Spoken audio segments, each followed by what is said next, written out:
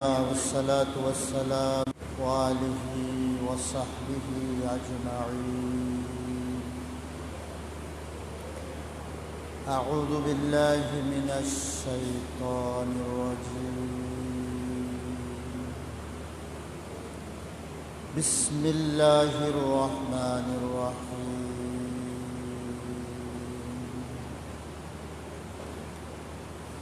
ولكل أمة جعلنا منسكا ليذكروا اسم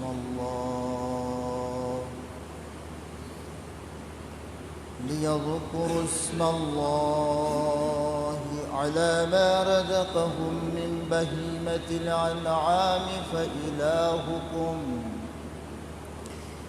فإلهكم إله واحد فله أسلموا وبشر المخبتين.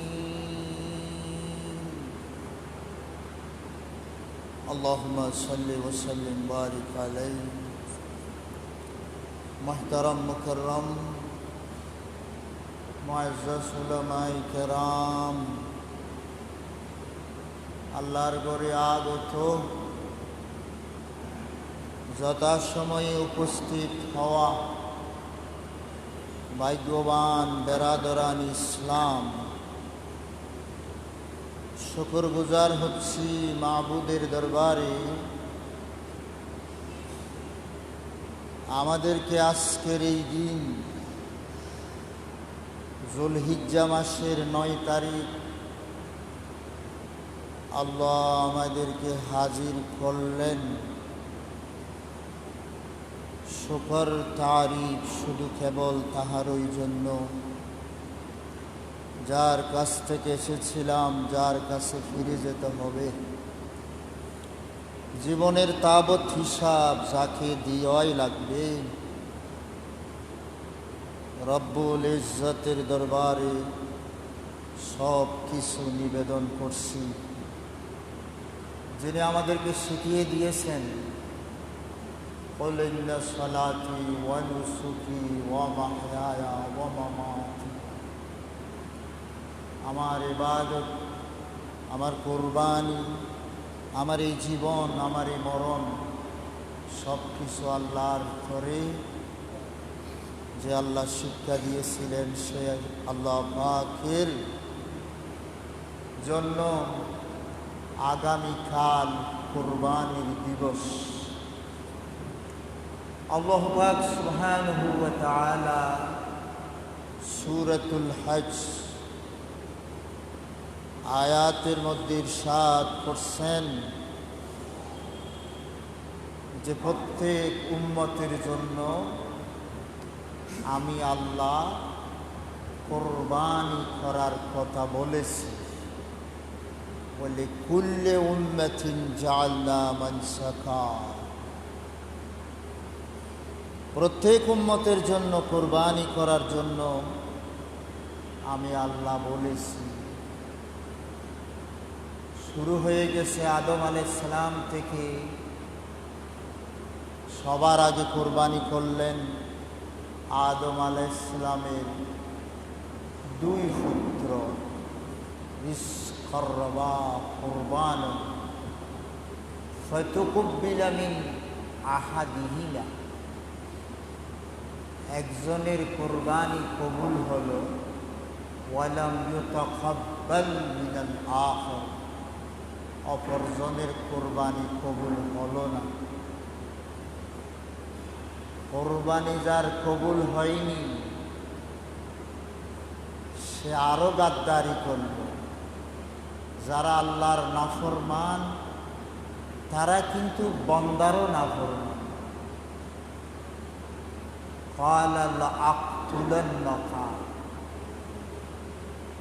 আমি তোমারে হত্যা করব। কেন? ওর কি দোষ? আমি তোমাকে হত্যা করব। ইসলাম যারা মেনে নিতে পারে না, শরীয়ত পুরোপুরি যারা মেনে নিতে পারে না, শরীয়ত যারা পুরোপুরি মেনে নিতে পারে না, তারা আখেরাত তো পরে, দুনিয়াও শান্তি নাই, তাদেরও নাই, পরেরও নেই।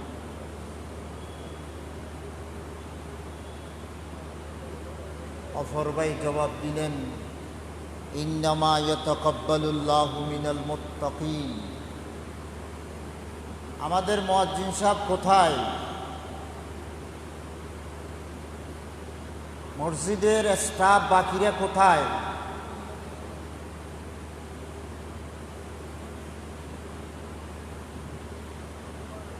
আজকের এমন জুমার দিনে সবাই কাজে ব্যস্ত হয়ে গেছে মনে হয়, বাইরে, ভিতরে বোধহয় কাজ নেই।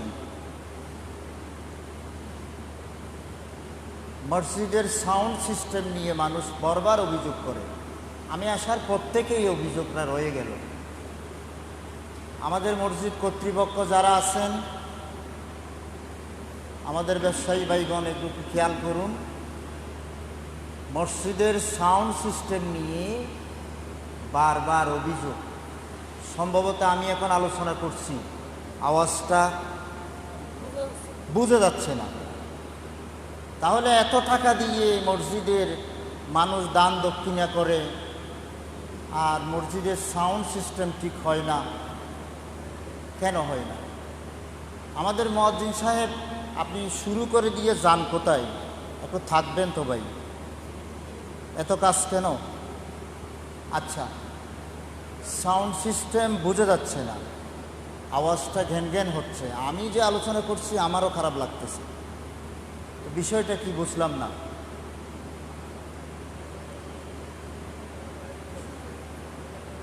প্রথম কোরবানি করলেন আদম আলাইহিস সালামের 2 সন্তান। বটতলী স্টেশনে কি ভালো মাইকম্যান নেই? না থাকলে বাইক থেকে তো আনা যাইত।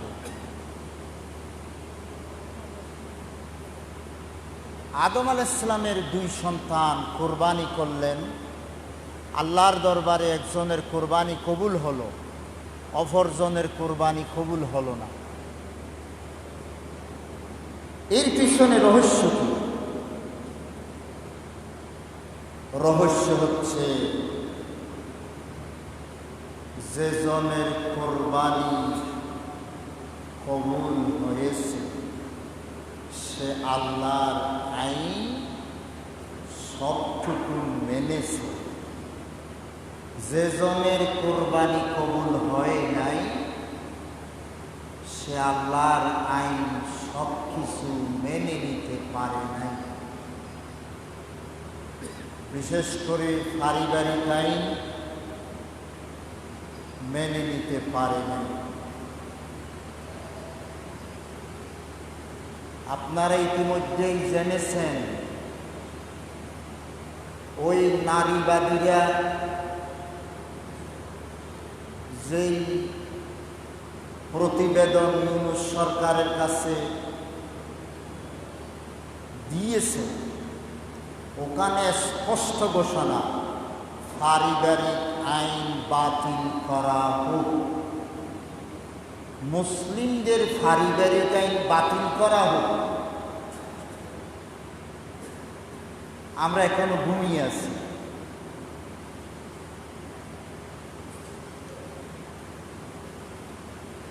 মুসলিমদের পারিবারিক আইন বাতিল করার জন্য স্পষ্ট তারা লিখে দিয়েছে। হ্যাঁ ভাই,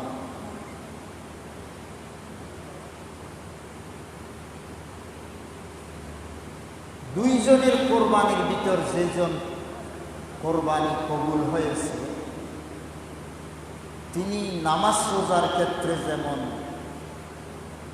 আল্লাহর হুকুম মেনে নিয়েছিলেন, পারিবারিক আইনের ক্ষেত্রেও তিনি আল্লাহ আইন মেনেছিলেন। অপরজন মেনে নিতে পারে নাই, যুক্তির পিছনে ছুটে গেছে। যুক্তি, তার যুক্তির কোনো অভাব ছিল না। তার যুক্তিও চমৎকার। কিন্তু আল্লাহ কোরআন বলছে, একজনের কোরবানি কবুল হলো, অপরজনের কোরবানি কবুল হবে। যে জনের কোরবানি কবুল হয় নাই সে আল্লাহর হুকুম সব কিছু মানতে পারেনি। আচ্ছা ভাই, আগামীকাল আমরা যারা কোরবানি দেব, আমাদের ভিতর লাখো মুসলমান বললে ভুল হবে, কোটি মুসলমান আল্লাহর হুকুম সবটুকু মানে না। সামাজিক জীবন ইসলাম, রাষ্ট্রীয় জীবন ইসলাম মানে না। কোটি কোটি মুসলমান নামাজ ঠিক আছে, রোজা ঠিক আছে, তসবিহ তাহলিল দাড়ি টুপি ঠিক আছে, রাষ্ট্রীয় জীবন ইসলামকে প্রতিরোধ করতে চায়, ইসলামপন্থীদেরকে দমন করতে চায়। শুধু কি ইসরায়েল ফিলিস্তিনকে দমন করতেছে? দেশে দেশে মুসলমানেরা, কথিত মুসলমানেরা সেই ইসরায়েলের ভূমিকায় আছে, ইসলামপন্থীদের বিরুদ্ধে যা কিছু দরকার সব কিছু করে, কিন্তু নামটা কিন্তু মুসলমান। এখন আদম আলাইহিস সালামের দুই সন্তান, দুজনেই নাম রেখেছিলেন আব্বু আদম আলাইহিস সালাম, হাবিল এবং কাবিল। একজন ইসলাম সবটুকু মানে, আর একজন সবটুকু মানতে পারে নাই। হ্যাঁ, যেজন সবটুকু মানতে পারে নাই তার কোরবানি কবুল হয়নি। হ্যাঁ, কি সে কি নামাজ পড়েনি, বা সে কি অন্যান্য হুকুমের ক্ষেত্রে কোনো কিছু লঙ্ঘন করেছে? না। ইতিহাস, আল্লাহ রসুলের হাদিস, কোরআনের তাফসীরে আর কোনো অপরাধ বলা হয়নি। অপরাধ কি? পারিবারিক জীবনের ক্ষেত্রে ইসলাম মেনে নিতে পারে নাই, এই ছিল ওই লোকটার অপরাধ। আচ্ছা, হযরত হুসাইন রাদিয়াল্লাহু তাআলা আনহু কেন নিহত হলেন, শহীদ হলেন? হুসাইন এবং ইয়াজিদের মধ্যে কি পার্থক্যটা ছিল? পার্থক্য একটাই, রাষ্ট্রীয় জীবনে পুরোপুরি ইসলাম ইয়াজিদ মানতে পারেনি। এটাই তো প্রধান ঘটনা। ফলে ইয়াজিদের হাতে হুসাইনের শাহাদাত, এখন কাবিলের হাতে হাবিলের শাহাদাত। হাবিলকে হত্যা করা হলো। হত্যা করার আগে তিনি লম্বা আরো আলোচনা আছে সূরা মাইদার মধ্যে, তিনি এই আয়াতের মধ্যে বলেছেন, ইন্নামা ইয়াতাকাব্বালুল্লাহু মিনাল মুত্তাকিন। ও ভাই, আমার তো কোনো দোষ নাই, তুমি যদি মুত্তাকি হইতা, তুমি যদি মুত্তাকি হতে, আল্লাহর আইন যদি সবটুকু মেনে নিতে পারতে, তোমার ভিতর সত্যিকার ইখলাস তাকওয়া যদি থাকতো, আজকে আমার কোরবানির মতো তোমারটাও কবুল হতো। ইন্নামা ইয়াতাকাব্বালুল্লাহু মিনাল মুত্তাকিন। তো ভাই, আগামীকাল কোরবানির দিবস, কোটি কোটি মুসলমান কোরবানি করবে, কিন্তু সে জানে অথবা জানে না আল্লাহর আইন কি পরিমাণ সে মানে না, এবং ইখলাস যার নেই। দুই নম্বর কথা হচ্ছে ইখলাস, তাকওয়া, আল্লাহর ওয়াস্তে কোরবানি করা। কয়জনে আল্লাহর ওয়াস্তে কোরবানি করতেছে? মানুষকে দেখানোর জন্য, মানুষ কি বলবে এই খেয়ালে কোরবানির পশু বড় ছোট করা। এইভাবে কতজনের কোরবানি বিনষ্ট হবে আগামীকাল, আর অসংখ্য মুসলমানের কোরবানি আল্লাহ পাক কবুল করবেন। আল্লাহ আমাদের কোরবানি কবুল করুন, আমিন। ইন্নামা ইয়াতাকাব্বালুল্লাহু মিনাল মুত্তাকিন। প্রথম কোরবানি ছিল আদম এবং হাওয়া আলাইহিস সালাতু ওয়াস সালাম এর দুই পুত্র, এই দুইজনের কোরবানি। সুতরাং আল্লাহর আইনের পক্ষে থাকুন, মজবুত তাকওয়া এবং ইখলাস অবলম্বন করুন, তাহলে কোরবানি আল্লাহ পাক কবুল করবেন ইনশাআল্লাহ।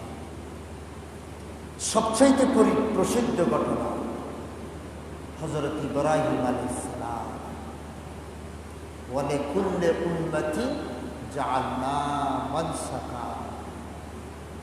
এই কুল্লে উম্মতের ভিতর প্রসিদ্ধ ঘটনা হযরত ইব্রাহিম আলাইহিস সালাম। ইব্রাহিম আলাইহিস সালাতু ওয়াস সালামের জীবনের সাথে আমাদের প্রাণের নবীজি, আখিরি নবী, আমাদের নবীজি জীবন একেবারে খানায় খানায় মিলে যায়। ইব্রাহিম আলাইহিস সালাম যেমন ইরাকের বাবেল শহরে জন্মগ্রহণ করে হিজরত করতে হয়েছে, প্রাচীন সভ্যতার দেশ বাবেল, সেখানে থাকতে পারেনি, চলে যেতে হয়েছে সেই ফিলিস্তিন এর মাটি কেনানে চলে যেতে হয়েছে। তো আল্লাহর নবীজিও এসেছিলেন মক্কার জমিনে, সবচাইতে যেখানে আল্লাহর ঘর, ইন্না আউওয়ালা বাইতিন উদিয়া লিন-নাস লাল্লাযী বিবাক্কাতা মুবারাক, সেখানেই নবীজি জন্মগ্রহণ করেছেন। আবার সেই নবীজিকে মক্কার জমিন ছেড়ে মদিনাতুত তাইয়্যিবাতে চলে যেতে হয়েছে। আল্লাহ পাক আল্লাহর নবীর উপরও সেই পরীক্ষা এসেছিল। ইব্রাহিম আলাইহিস সালাতু ওয়াস সালামের পরীক্ষা, ওয়াইযিব তালা ইব্রাহিম রাব্বুহু বিকালিমাতিন ফাতাম্মাহু। আল্লাহ হযরত ইব্রাহিম আলাইহিস সালাতু ওয়াস সালামকে অনেকগুলো পরীক্ষা করেছে, ঈমানের পরীক্ষা নিয়েছে। তিনি সব পরীক্ষাতে পাস করেছিলেন, সুবহানাল্লাহ। তিনি ইব্রাহিম আলাইহিস সালাম সব কয়টি পরীক্ষা ভালোভাবে দিয়েছিলেন।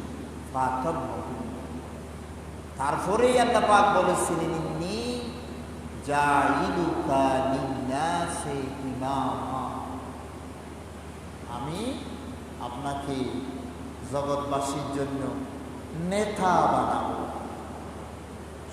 শুধু মসজিদের ইমাম, এখন তো আমরা বাদ করে ফেলছি, কেউ মসজিদের ইমামতি করবে মাওলানা সাহেবরা, আর যারা দুনিয়াবাজ তাদের হাতে দুনিয়া তুলে দেব।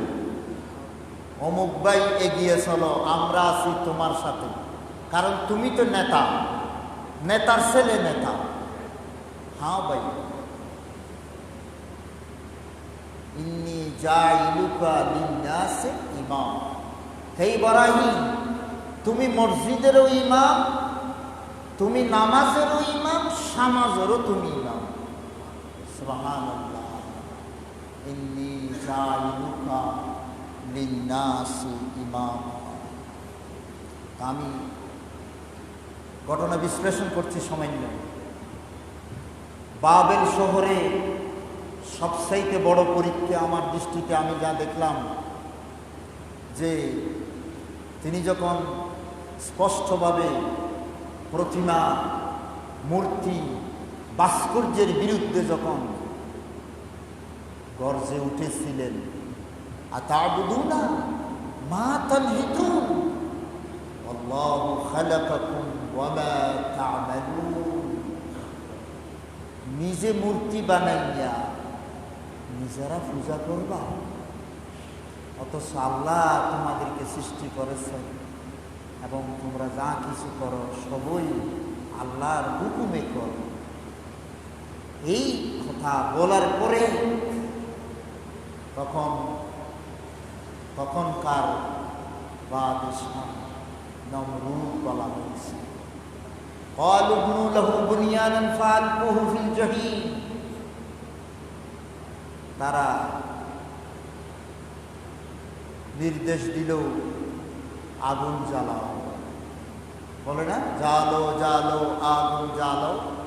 আমাদের রাজনৈতিক যারা স্লোগান দেয় তারাও তো আগুন জ্বালায়। পৃথিবীর মানুষ শান্তি করতে পারবে, এখানে কোন পার্টি করে নয় বুঝি না, জ্বালো জ্বালো আগুন জ্বালো।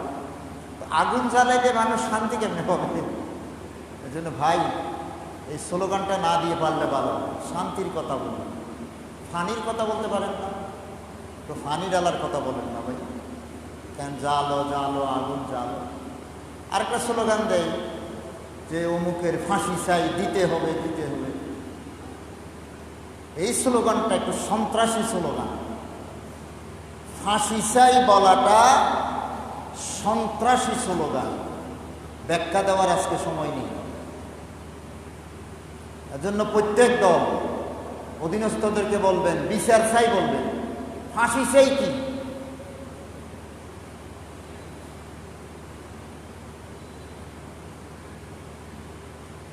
বিচার চাই, ফাঁসি চাই কেন? আপনি ফাঁসি চাইবেন কেন?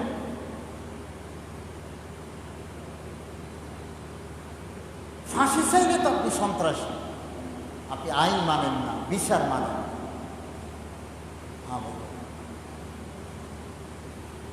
তো সেদিন আগুন জ্বালাইল, ইব্রাহিম আলাইহিস সালাতু ওয়াস সালাম আগুনে নিক্ষিপ্ত হলেন। তো আল্লাহ পাকের হুকুম হলো, ইয়া নারু কুনি বারদান ওয়া সালামান আলা ইব্রাহিম, হে আগুন আমার ইব্রাহিমকে তুমি জ্বালাইও না, আমার ইব্রাহিমকে তুমি জ্বালাইও না। কুনি বারদা, তুমি বরগুন হয়ে ঠান্ডা হয়ে, তুমি শান্তির আকর হয়ে, ও সালাম আলা ইব্রাহিম। তো ভাই আগুন ধর্ম হলো ফোড়ানো। আগুন যে ফোড়াইবে না এটা হতে পারে না, এটা স্পেশাল আল্লাহর অর্ডার আসতে হবে। আল্লাহর অর্ডার ছাড়া আগুনে ফোড়াবেন। আপনি যদি বলেন ইসলামপন্থীকে ধরে আপনি ফাঁসি দিবেন আর বলবেন ও যদি আল্লাহওয়ালা হয় তো ফাঁসিতে মরবে কেন? আপনি একজন আল্লাহর পেয়ারা বান্দাকে আগুনের মধ্যে ফেলে দিবেন আর যদি বলেন ইব্রাহিম আলাইহিস সালাম তো আগুনের মধ্যে ফোড়া যায়নি, ও ফোড়লো কেন? এই ভণ্ডামি, এটার নাম ভণ্ডামি, এটার নাম মিথ্যাচার। ইব্রাহিম আলাইহিস সালামের ব্যাপারে স্পেশাল আল্লাহর পক্ষ থেকে অর্ডার এসেছিল, এই কারণে এটা হয়েছে। কত অসংখ্য আল্লাহর বান্দাদেরকে শহীদ করে দেওয়া হল। সূরাতুল বুরুজ পড়েন নাই? সূরাতুল বুরুজে কি আছে? অসংখ্য আল্লাহর পেয়ারা বান্দাদেরকে আগুনে ফুড়িয়েছে জালেমরা। সেদিন কিন্তু আল্লাহ ওই আগুনকে বলে নাই, আগুন তুমি ঠান্ডা হয়ে যাও, আমার বান্দাগুলোকে ফোড়াইও না। এজিদ যখন হত্যা করতে যাচ্ছিল, এজিদের বাহিনীর কথা বলছি, আল্লাহর নবীর দৌহিত্র ইমাম হুসাইনকে আল্লাহ যদি অর্ডার করতেন হত্যা করতে পারত না, কিন্তু আল্লাহর অর্ডার আসে, তাই হত্যা করতে সক্ষম হয়েছে। ইব্রাহিম আলাইহিস সালামের উপর সবচাইতে কঠিন পরীক্ষা বাবল শহরে, সেটা হচ্ছে ইব্রাহিম আলাইহিস সালামকে আগুনের ভিতর ফেলে দেওয়া। এরপরে তিনি সফর করলেন, হিজরত করলেন, কানানে চলে গেলেন। ইন্নী যাহিবুন ইলা রাব্বি সায়াহদিন, ও বাবল শহরের বাসিন্দা আমি চললাম, ঠিক আছে আমারে তোমরা থাকতে দিলা না, আমি দেশ ছেড়ে চলে যাচ্ছি, ইন্নী যাহিবুন ইলা রাব্বি সায়াহদিন। সূরা ইয়াসিনের পরে সূরা সাফফাত। চলে গেলেন তিনি। কোথায় যাব জানি না। আল্লাহ যেখানে যাওয়ার পরে বলবেন ইব্রাহিম এখানে থামো, আমি সেখানেই থামব। সুবহানাল্লাহ। তার মানে এখনো বলেন নাই আল্লাহ ইব্রাহিম আলাইহিস সালাম কোথায় যাবেন, বলেন নেই। এই জন্য কি বলতেছেন জানেন? আল্লাহ বের হতে বলছেন, বের হয়েছি, জানি না কোথায় যাব। সায়াহদিন, আল্লাহ আমারে থামতে বলবেন, হেদায়েত করবেন, কোথায় থামতে হবে সেখানে থামব। আজকে ইব্রাহিম আলাইহিস সালামের সেই ঠিকানাটা ফিলিস্তিনে, যেখানে ইসরায়েল আজ জবরদখল করে আছে, যেখানে ইব্রাহিম আলাইহিস সালামের উত্তরসূরিরা প্রতিদিন জান কোরবান করছে, আর আমরা উল্লাস করছি। সৌদি আরবে কনসার্ট হয়, আগের বাদশাদের আমলে কনসার্ট হতো না। কনসার্ট বুঝেন? পশ্চিমাদের মতো নাচ আর গান। এখনো আমাদের কিছু আহলে হাদিসের ভাই, সব আহলে হাদিস নয়, অন্ধভাবে মোহাম্মদ এবং সালমানের জন্য অন্ধভাবে দোয়া করে বাংলাদেশের মাটিতে বসে। আমিও কিন্তু দোয়া করি, এটাও আবার মনে রাখবেন। কেন দোয়া করি? কারণ এতটুকু অনেক ভালো আছে, এই জন্য দোয়া করি। তবে আমি সমালোচনা করব, কারণ আমার ইসলামের ক্ষতি করতেছে। দোয়াও করব, সমালোচনাও করব। সমালোচনা করবেন আর দোয়া করবেন না, এটা হতে পারে না। শুধুই দোয়া করবেন, কোনো সমালোচনা করবেন না। সৌদি আরব রাষ্ট্রকে আজকে কোথায় নিয়ে যাচ্ছে, কোনো আওয়াজ করতেছেন না। আপনি কেমন মুসলমান?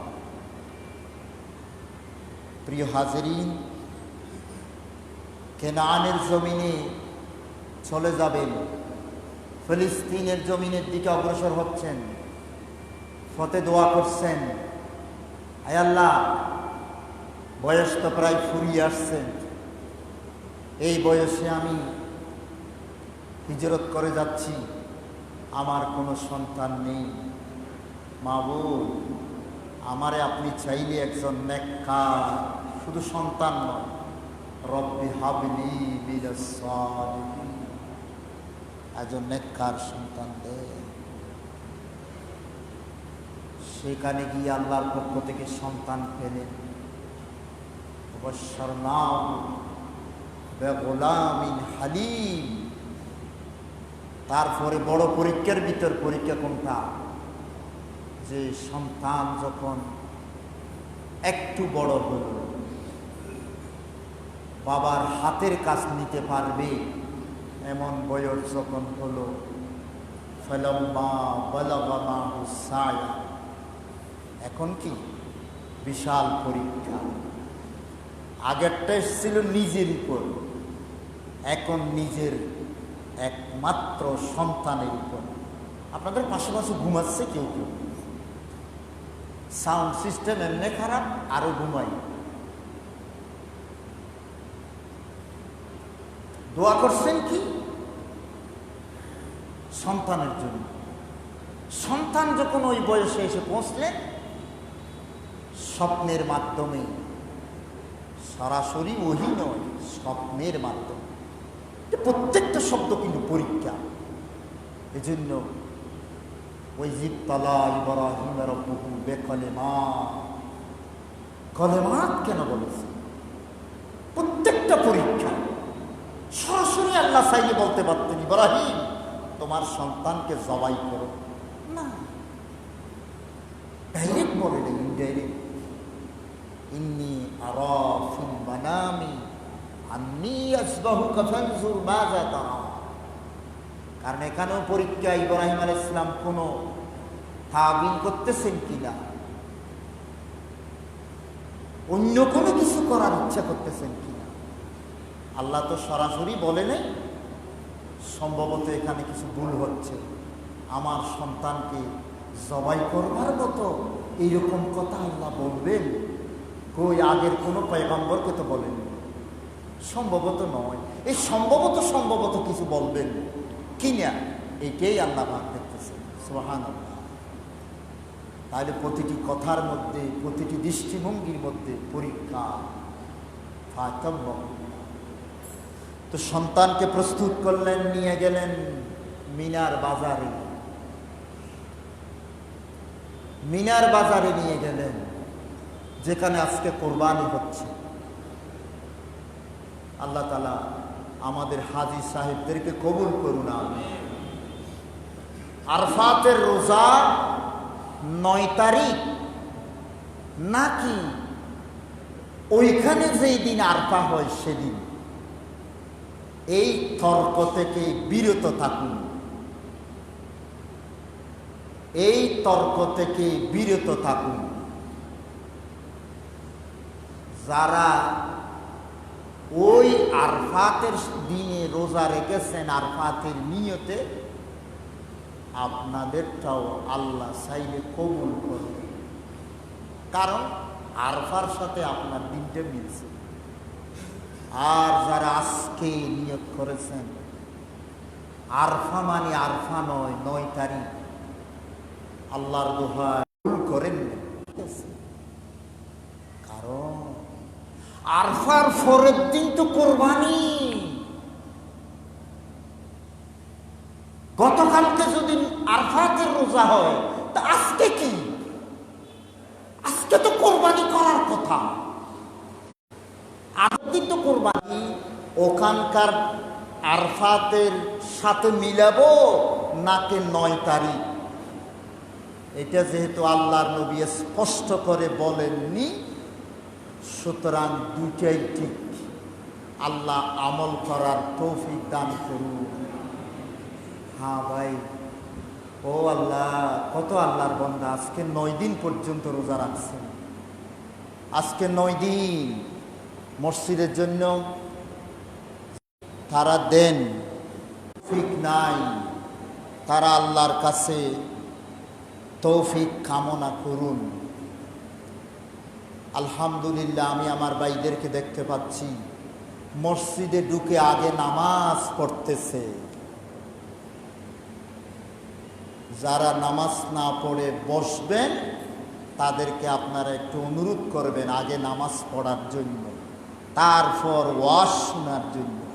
তো ভাই, ইতিহাস বেশি বলা সম্ভব নয়, 2 জনের ইতিহাস নিয়ে আসছি।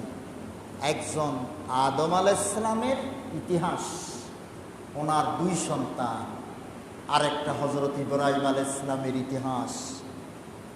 সেই ইব্রাহিম আলাইহিস সালামের সন্তান ইসমাঈল আলাইহিস সালামকে কোরবানি করা হলো। মিনার বাজারে কোরবানির জন্য নিয়ে গেলেন। আল্লাহ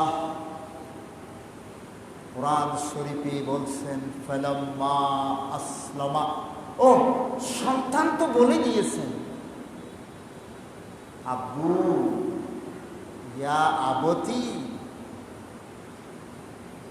ইফআল মা তুমার। আল্লাহ আপনাকে যে স্বপ্ন দেখাইছেন না, এটা স্বপ্ন নয়, এটা আল্লাহর পক্ষ থেকে অর্ডার। সুবহানাল্লাহ। দেখছেন, সন্তানে ব্যাখ্যা দিচ্ছেন, লাইক ফাদার লাইক সান। ও আধুনিক শিক্ষিত ভাইরা, আপনারা এগুলো বলেন না? সন্তান কেমন হওয়া দরকার, এরপরের ইতিহাস আপনারা জানেন। কোরবানি হয়নি, আল্লাহর পক্ষ থেকে ওয়াফাদাইনাহু বিযিবহিন আযীম। দুম্বা এসে গেল, দুম্বা এসে গেল, জান্নাত থেকে দুম্বা এসে গেল। ওই দুম্বার বিনিময়ে ইসমাইল বেঁচে গেল। এই তো ইতিহাস। হ্যাঁ ভাই, এই তো ইতিহাস। আজকে অনেক শিক্ষিত ভাইয়ের মাথার ভিতরও গিজগিজ করে নাস্তিকদের প্রশ্ন, কেন কোরবানি, কেন ফসল গলায় ছুরি কেন দেয়? বন্যা এলে বলে আচ্ছা কোরবানি না করে মানবতার স্বার্থে কোরবানির টাকাগুলো বন্যার তো মানুষের কাছে দিলে কেমন হয়? গাছাবাসীদের সাহায্যের দিক পাঠাইলে কেমন হয়? এখন আধুনিক শিক্ষিত অনেকের মাথার ভিতর আসে, ও আচ্ছা হুজুরদের কাছে একটু জিজ্ঞাসা করি, আমি তো শরীয়ত পুরোপুরি মানি, একটু জিজ্ঞাসা করি পারি কিনা। তার মানে কি ফসুর গলায় ছুরি দেওয়া একদিন, এটা অনেকের কাছে প্রশ্নবোধক। এখানে কারা কারা আছেন এরকম? নাই। আমরা তো গ্রামের মানুষ। ঢাকা বিশ্ববিদ্যালয়ে কার কার ছাত্র পড়ে? আপনাদের কার কার সন্তান ঢাকাতে পড়ে? বুয়েটে সুয়েটে পড়ে এমন ছাত্র নাকি নেই? মেডিকেলে পড়ে, চট্টগ্রাম, ঢাকা, রাজশাহী, খুলনাতে। সন্তানের খবর কি নিয়েছেন? এই সন্তানগুলো কি আল্লাহর পথে আছে কিনা খবর কি নিয়েছেন? কৌজুর আরফান ওয়াজ করে, আরে বন্ধু কাবিলেও নামাজ পড়তে, জিদেও নামাজ পড়তে। আপনার ছেলে নামাজ পড়ে কোরবানি আর রোজা রাখে, কিন্তু ইসলামের বিপক্ষে আপনার ছেলে চলে গেছে, এই কথাও খবর রাখা দরকার। ইসলামের বিপক্ষে থাকলে নামাজ রোজা করে কোরবানি কবুল হবে না। কাবিলের বংশধরের কোরবানি কবুল হয় না, হাবিলের বংশধরের কোরবানি কবুল হয়। তো ভাই গিজগিজ করে মাথার ভিতর, কেন পশু কোরবানি কেন দিতে হয়? আমার ভাইগণ, আমি তার একটু উত্তর না দিলে চলবে না, উত্তরটা দিচ্ছি। শুনুন শুনুন শুনুন, আমাকে একটু জবাব দেন। গতকালের রিপোর্টটা দিন, গতকাল বৃহস্পতিবারের রিপোর্টটা দেন। সৌদি আরবের মিনার তো আজকে না কোরবানি হচ্ছে, গতকাল তো মিনাতেও কোরবানি হয়নি, তাই না? হ্যাঁ, আজকে কোরবানি হচ্ছে। আমি একটা প্রশ্ন করি, গতকাল পৃথিবীর বাংলাদেশ সহ পৃথিবীর সমস্ত রাষ্ট্রের একটা রিপোর্ট আমাকে একটু বলুন, কত লক্ষ জান হত্যা করা হয়েছে গতকাল, গত পরশুদিন। তার মানে বছরের আরবি মাস অনুযায়ী 355 দিনের মধ্যে 354 দিনের কথাই বলছি আমি।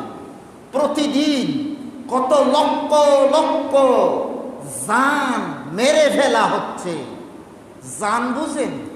গরু, ছাগল, ওট, বেড়া, দুম্বা, তারপর হাঁস, মুরগি, এগুলো জান নয়? আওয়াজ দিচ্ছেন না? এগুলো জান নয়? কবুতর জান নয়? কোয়েল দুয়েল জান নয়? লক্ষ লক্ষ জান। এই যে মানুষের জন্য, মানুষ, শুধু মানুষের জন্য, মানুষ খাওয়ার জন্য প্রতিদিন লক্ষ বললে তো হবে না, কোটি কোটি পশু, কোটি কোটি পশু পাখি আহা জবাই হচ্ছে। তুমি কি এটার কোনোদিন হিসাব নিয়েছ? তাহলে মানুষ যদি সারা বছর প্রতিদিন কোটি কোটি জান যদি হত্যা করতে পারে নিজে খাওয়ার জন্য, এই ব্যাপারে কারো কোনো প্রতিবাদ নাই, কারো কোনো মনে প্রশ্ন জাগে না। কিন্তু একদিন, শুধু একদিন, একবার মাত্র, বছরে একবার, ওই ওয়াহদাহু লা শরীক আল্লাহ, আল্লাহর নামে কিছু নির্দিষ্ট পশু কোরবানি দিতে বলেছেন। এটাতে প্রশ্ন জাগে, কেন গরুর গলায় ছুরি, কেন ছাগল জবাই হচ্ছে, এত এত দুম্বা কেন, বেড়া কেন জবাই হচ্ছে? আমার ভাইগণ বন্ধুগণ, আমি আপনাদের গ্রামে বসে ওয়াজ করতেছি। যাদের এই ওয়াজের দরকার তাদেরকে আপনারা শেয়ার করুন, তাদেরকে বুঝিয়ে দিন। কোটি কোটি পশু প্রতিদিন কোরবানি হচ্ছে, কাদের জন্য? কাদের জন্য? যারা এই পশুর মালিক ছিল না। আওয়ালাম ইয়ারাউ আন্না খালাকনা লাহুম মিম্মা আমিলাত আইদিনা আনআমান ফাহুম লাহা মালিকুন। সূরা ইয়াসিন পড়বেন না? আল্লাহ বলেন, এ তো আমি বানাইলাম, আর তারা এগুলোর মালিক হয়ে গেল। সুবহানাল্লাহ, তারা এগুলোর মালিক হয়ে গেল। হ্যাঁ, সুতরাং যারা মালিক নয় তারা সারা বছর প্রতিদিন কোটি কোটি পশু নিজের জন্য, খাওয়ার জন্য জবাই করতেছে, হ্যাঁ, মেরে ফেলতেছে, খাচ্ছে। আর যিনি আসল মালিক তিনি শুধু বলেছেন বছরে একবার। বছরে কয়বার? আরে ভাই বলেন না, বছরে কয়বার? কোরবানিতে একবার। মালিক বলেছেন, আমার তরে, এতদিন তো তোমাদের তরে, আমার তরে একবার কোরবানি দাও না।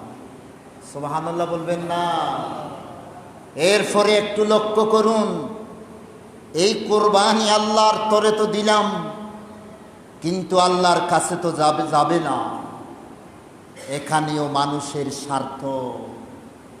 আচ্ছা ভাই, কোরবানির দিনের স্বার্থ, হ্যাঁ, তুমি এগুলো দেখেছ?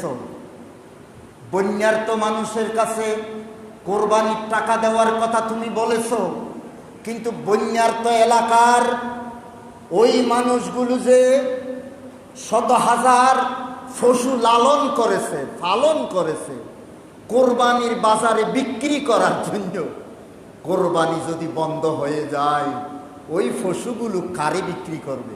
সুবহানাল্লাহ বলবেন না? তাইলে কোরবানিতে গরিবদের, খামারিদের লাভ লাভ লাভ। সারা বছর পশু লালন করবে, সড়া দামে বিক্রি করবে। সুবহানাল্লাহ। ধনীদের লাভ, আল্লাহর ওয়াস্তে তার সম্পদের একটি অংশ দিয়া কোরবানি মাবুদের দরবারে পেশ করবে, মনের আনন্দ সে অনুভব করবে। সুবহানাল্লাহ। এই কোরবানির মাধ্যমে চামড়াগুলো বিক্রি করে এতিমখানাগুলো, আপনাদের চামড়াগুলো এতিমখানায় দিয়ে দেবেন। পাশের কত এতিমখানা আছে, বিভিন্ন মাদ্রাসা থেকে আপনাদের চাইবি, সামাদিয়া মাদ্রাসা থেকেও আমার কাছে ফোন করছে, দেবেন ওখানে। সেগুলো তো শেষ করে দিল কত 16-17 বছরে, চামড়ার দামটা তো কোথায় নিয়ে গেল। যাই হোক, অল্প হলেও তারা পাবে। এই বছর কি হচ্ছে তো জানাও নাই, জানিও নাই কি হচ্ছে না হচ্ছে। তো যাই হোক, কি বলতে চাচ্ছিলাম, কোরবানির পশুর গলায় ছুরি। বন্ধু, তুমি এগুলো দেখো, হাজারো লাখ ইতিমের রিজিকের ব্যবস্থা হচ্ছে, সেগুলো তুমি দেখো না। সুবহানাল্লাহ বলবেন না?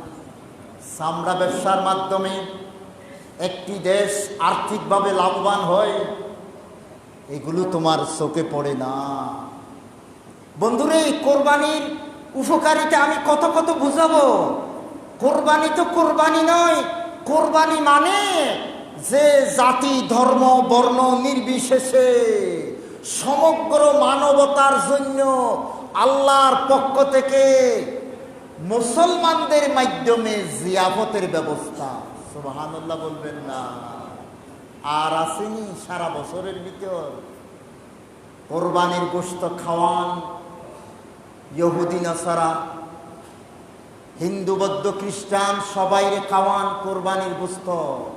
কারণ কি?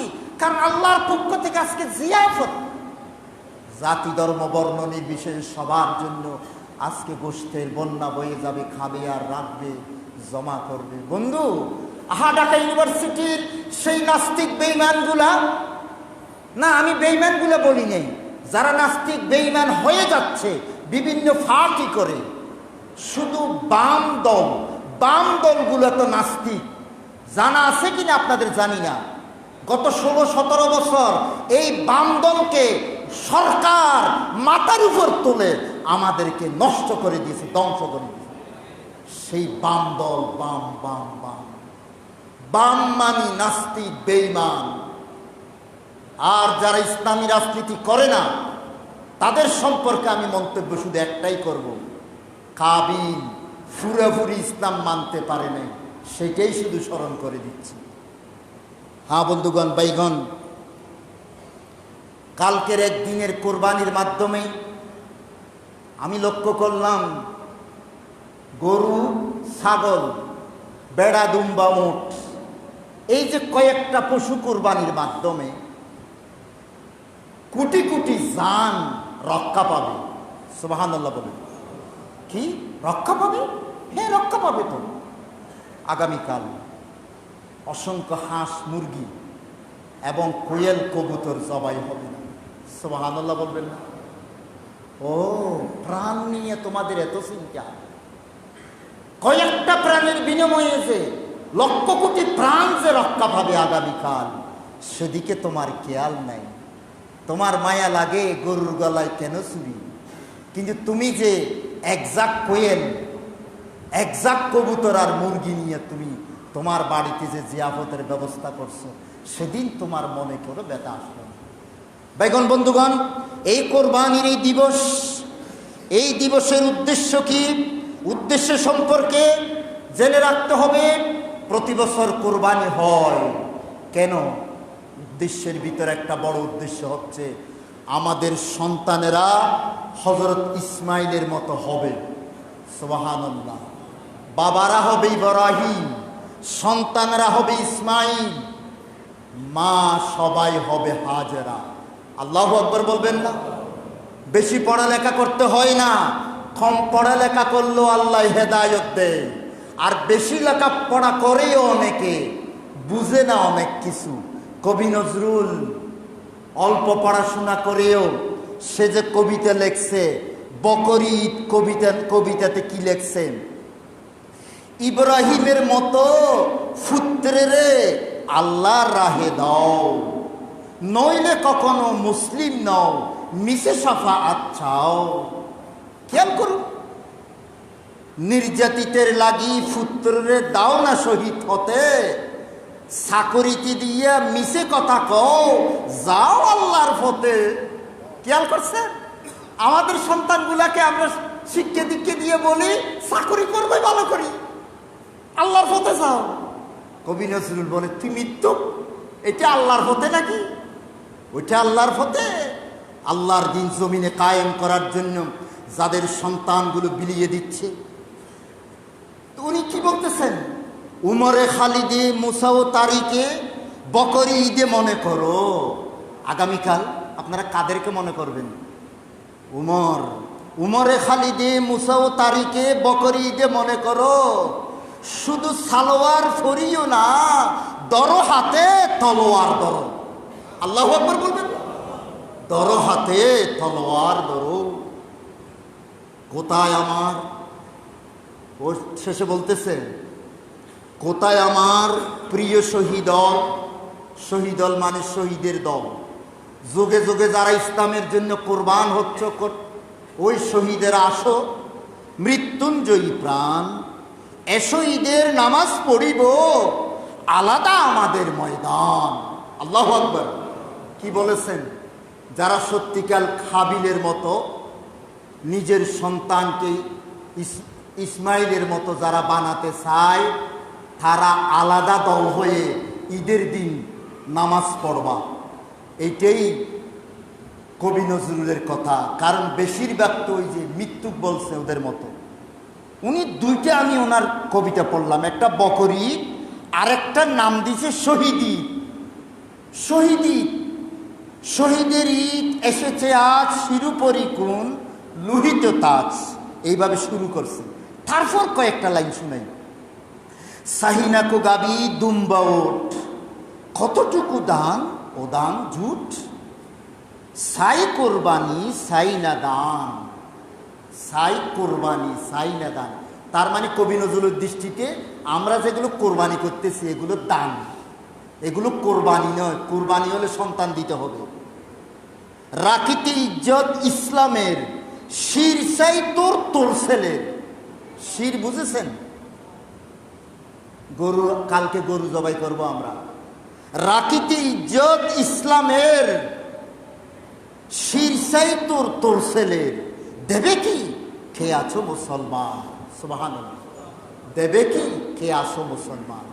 সুতরাং জীবনের সর্বক্ষেত্রে যারা ইসলাম মানার জন্য নিজের জীবনের তাজা খুন ঢেলে দিচ্ছেন, তারাই সত্যিকার কোরবানি করবেন আগামীকাল। কবি নজরুলের এই ভাষা বুঝার মতো মানুষ আছে কিনা আমি জানি না।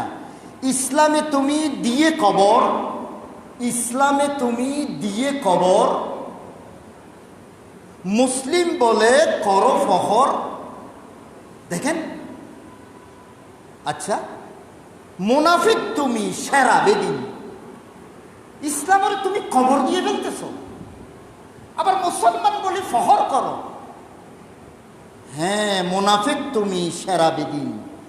ইসলামে যারা করে যাবে, বামপন্থীর ইসলামকে জবাই করতেছে, আমি আল্লাহকে সাক্ষী রেখে বলতেছি, বামপন্থীর ইসলামকে জবাই করতেছে।